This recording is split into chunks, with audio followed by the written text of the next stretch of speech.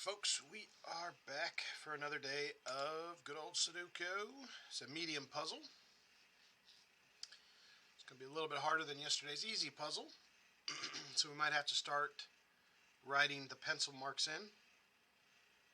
Mediums are great ones to do that, to help with pencil marks. So let's dive on in. I'm going to start looking for pairs, looking in the triple columns, the triple rows in these big blocks. I'm looking left and right and up and down, looking for pairs. Like here's some threes. That's going to help us up here. There's some ones.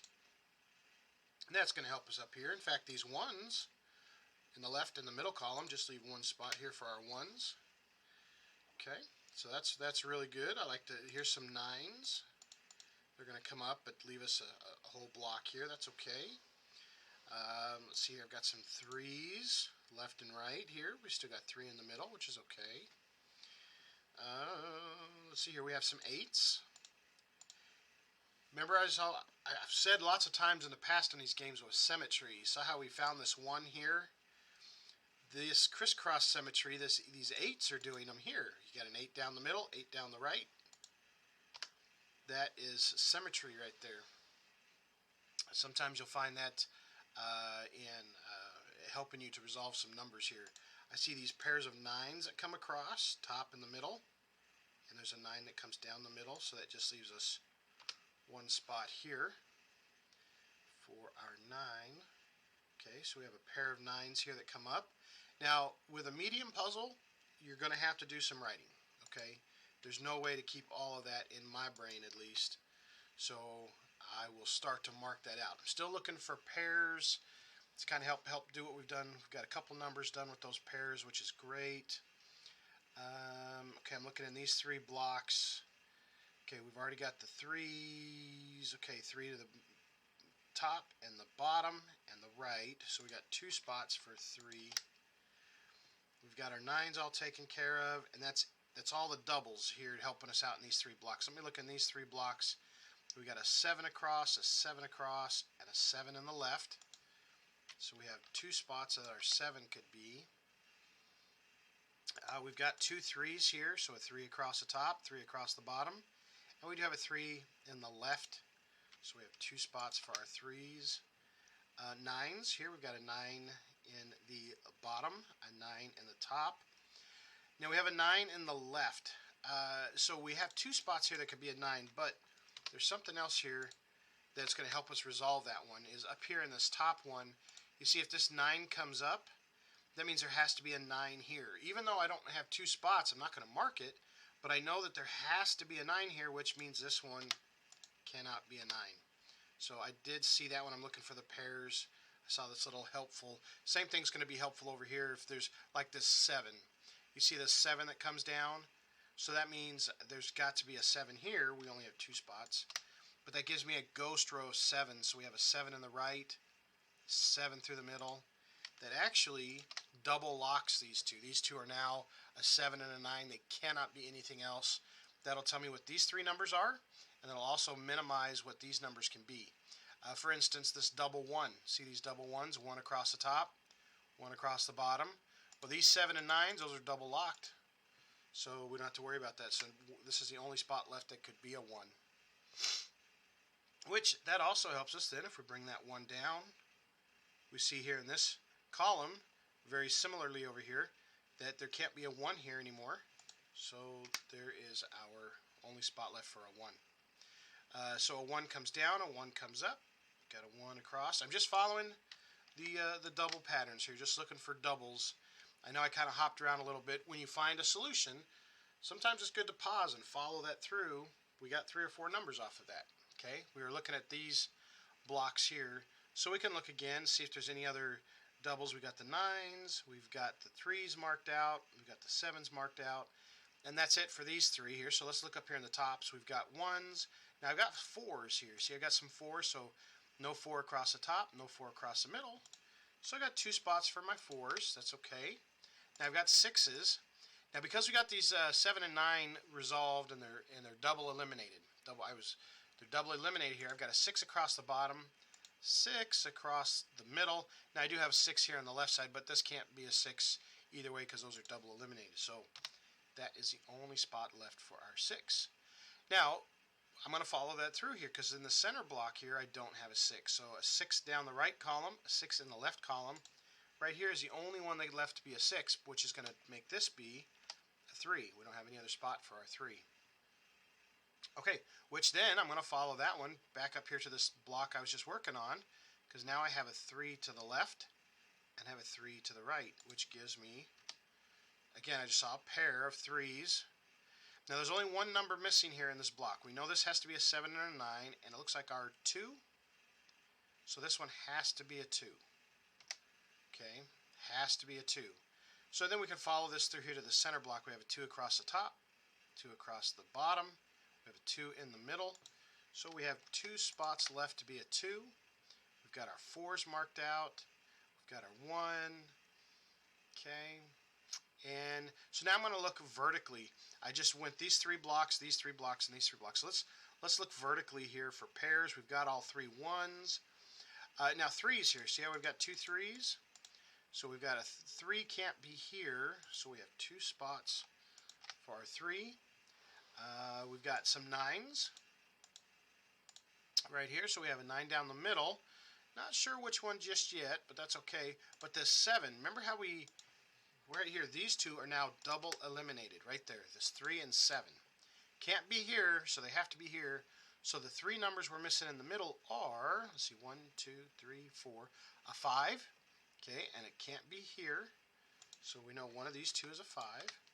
6, 7, 8. We need an 8. Well, we know we can't have an 8 here in the middle.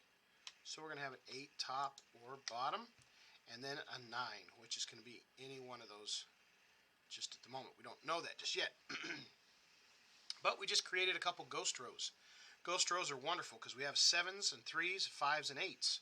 So even though we don't have exactly which spot is the right number, with these being a 3 and a 7, we know that there can't be a 3 or 7 in this column. So if I have a 7 all the way down here, and I have a 7 down the middle, 7 across the bottom, this now is the only spot left to be a 7, and that helps us to resolve the 7 over here in the right column. Okay. We've got 2 numbers that are missing here, which looks like a 5 and a 2.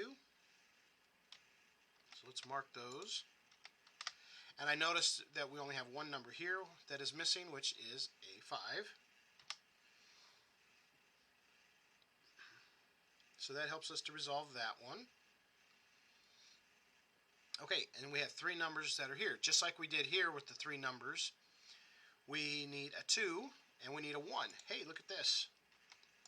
With the 1 and the 2 here, that double eliminates these guys and double eliminates that guy. Just one spot left. We can count it out and we can see that we have a 1, 2, 3, and we're missing a 4. Single elimination there has to be a 4. Now we have 2 numbers missing in this row. Just kind of like to go with the flow. Once you start filling out a couple spots, fill out your numbers when you have 2. That'll help you when you hit when you start to resolve them. So the 2 numbers we're missing here, we've got a 1, 2, 3, 4, 5. We're missing a 6 and an 8. So I'm going to look vertically and see, oh, there's a 6. We cannot have a 6 here, so that one has to be our 8. This one has to be our 6. Okay. Now, see how we had these 8s here as a ghost row coming down?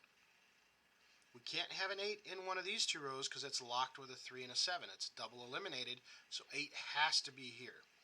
Now, I'm looking here in this left box here. We have an 8 that comes across the bottom. We have a ghost row coming down here. Even though we don't know exactly which one it is, we know it has to be in the center column. So we know this has to be our 8. Now, if we know this has to be in the center column, and this one's down the left column, we now only have one spot left for our 8 in this bottom left column. Okay. I see here we just have one number left in this column, which looks like the pesky 5. 1, 2, 3, 4, 5, 6, 7, 8, 9. Okay, that all lines up. Now we got 2 numbers missing here, which looks like a 2 and a 4. A 2 and a 4. Does that look right? 2 and a 4? Okay, so let's mark those, 2 and a 4. And I just did a quick look down here to the right and the left, and I looked out vertically and saw that there's nothing to help me out just yet. Okay. Okay, so we have a 1, a 2, a 2, a 4. So that means this one here could be a 1 or a 4. Okay. All right. Okay. All right, so we're going along here pretty good. I was looking vertically for pairs, and we started resolving some, so I got a little bit tied up. So let's go back to looking for pairs, shall we? So I'm looking here at pairs. I'm just letting my mind wander here, and I see these 6s. We've got a 6 on the left, we've got a 6 down the center, and we have a 6 down this center. So I know that one of these two have to be a 6. So before I write it, though, I let my mind wander all the way down here, and I saw a 6 here and a 6 here, which tells me this one has to be a 6, which then also helps us with this one, because it had to be one of these two.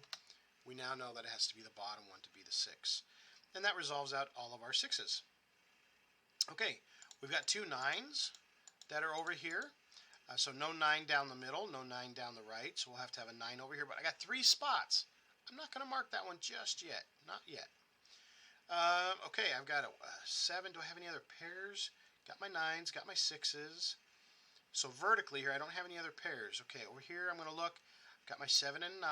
Did I help resolve that at all? Got my 2 and my 5.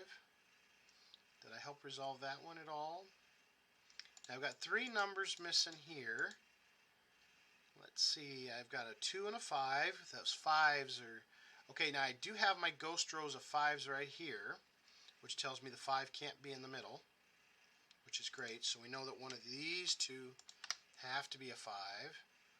And then we have our 2 and our 4. Oh, great. So see this 4 over here? If it can't be a 4 and it can't be a 5, so we just double eliminated these two. The only spot left for a 2 is here. Now that, what we just did is going to resolve a whole bunch, because see these 4s? That is going to give us a ghost row that says this cannot be a 4. Okay, so this is where those pencil marks are really going to come in handy. And then we put a 2 here, and remember how we had a 2 and a 5 over here in this right cube? Well, this can't be a 2 anymore, and there is our 2. Okay, so we just got 3 or 4 numbers there by looking really carefully at those ghost rows. Got to pay real close attention to those ghost rows. They will help out. Okay, so we know that in this bottom row, we have to have a 4 or a 5 to match this 4 or 5 right here. These two have to, okay. This middle row, we know that we're missing 3 numbers, because it can't be any other numbers, because these 2 sides are already filled. So we need a 1. Well, I've got this 1 in the right column. So guess what, folks? We've got another double elimination. No matter how this peels out, a 1 and a 3 cannot go here. So whatever number we're missing, that goes right there. So we got a 1, 2, 3, 4, 5, 6, 7, 8. There we go. Got our 8. Okay. All right. So we've got, we still got a 4 and a 5. And what's the other number we're missing here? Is that a 2? A 2. Now, let's look for our 2's here. I see a 2 here vertically. We've got a 2 across the middle. We've got a 2 across the bottom. We've got a 2 down the left side. So here's our 2. So that means that this one is going to have to be a 4 or 5 as well. Now this 2, I'm just kind of looking to see where we penciled in. Helps us to resolve this 2. Okay. So we've got our 4 and our 5 over here to the left. We've got our 1 and our 3. Now we resolve this 2 over here. And now I see I've got this 1 and 2. So we know this is our 2. This is our 1. The only number missing in this row, 1, 2, 3, is our 4. Now that helps us with our 4 and our 5 that we just resolved. So this has to be 5. This has to be 4. Those come over here and cascade these solutions here. Okay. Now we just caught a couple pairs in here. This 4 here helps us up here with this 4. 4s. So those were the two new pairs, were 4s, so we've got our 4 solved out. And what was the other pair that we got? We have a 7 that comes up the top here. Okay, so here's a great one when it comes to the crisscross elimination theory here. When you have a 7 here that comes up, right? So I'm going to mark this. We know that one of these two is a 7. So what that tells us is if you have two numbers, the same number, and they are both in the same row or the same column, so if this one is a 7, it forms like a crisscross here, then this one has to be a 7. Or if this one is a 7, this one has to be a 7. You see that crisscross technique? So what that tells us is that this whole top row and this whole middle row has a 7 because these two crisscross. You cannot have another 7 in either one of these two rows because these two are locked, which tells us this one cannot be a 7. Okay, that crisscross technique is very, very important, used towards harder games as well. Okay, so you want to really pay attention to those. Okay, so that helped us to resolve those numbers. And let's see here, we've got two numbers sitting here, which we know 7 is one of them. Let's see, 1, 2, 3, 4, 5. Okay, so we know these three numbers here is a 1 and a 5, and we have a 1 and a 5. So let's mark those here. So we have a 1 and we have a 5. There we go. So that'll help us with these numbers here in the middle. So we know this one is going to be possibly, there's our 5 and our 7, this direction. Okay, so we're getting really close here to the end. We just need to look at this top center cube to resolve some numbers that are missing there. So let's look for some pairs. Again, I noticed right off, I was just counting up numbers. 1, 2, 3. We don't have a 3 in this cube, but we have a 3 across the top. We have a 3 across the bottom. And we have a 3 in the right side. So that just leaves us one spot. Now that helps us down here in this bottom cube, because now we know this has to be a 1 and a 3 in that format. Now that also comes up here, and it helps us to resolve this triple number because of this 1. 1 has to be in one of these two, 7 had to be in one of these two, and 5 had to be in one of these two. So there we go. Now if this is a 7, we know this is now our 5, we know this is now our 7. These two now are resolved from this 7, 9 and 7. Okay, so we know we're missing two numbers here, which looks like 1, 2, 3, 4, 5, 6, 7, 8, and a 9. And we'll look to the right here and we'll see there's already a 9. So that has to be our 8. That has to be our 9. So this 8 resolves to be down here. Okay, and we have a 5 now here, so this has to be our 5. And that one has to be our 9. Alright folks, there you go. Medium puzzle. Those pencil marks, very important in medium and higher puzzles. When you see two solutions, mark that down. You saw multiple times where I had 3 and I didn't because I didn't want to overwhelm my paper. Sometimes that can confuse me when I'm looking at the solutions or options. Ghost rows, very important. Even if you can't identify a specific spot, but if you can identify a row or a column that particular number has to be in, it helps to eliminate the possibility in those other cubes. So ghost row is very important. Crisscross technique is very important. It's like a double ghost row, and double eliminations. Any spot in a row, a cube, or a column where there are two numbers that have to be in there, they completely eliminate them from being any other number. Those double eliminations, very, very important. So I enjoyed this puzzle. Feel free, please, to leave any comments, suggestions, or challenges. I enjoy those, and we'll catch you guys next time. Thanks for watching.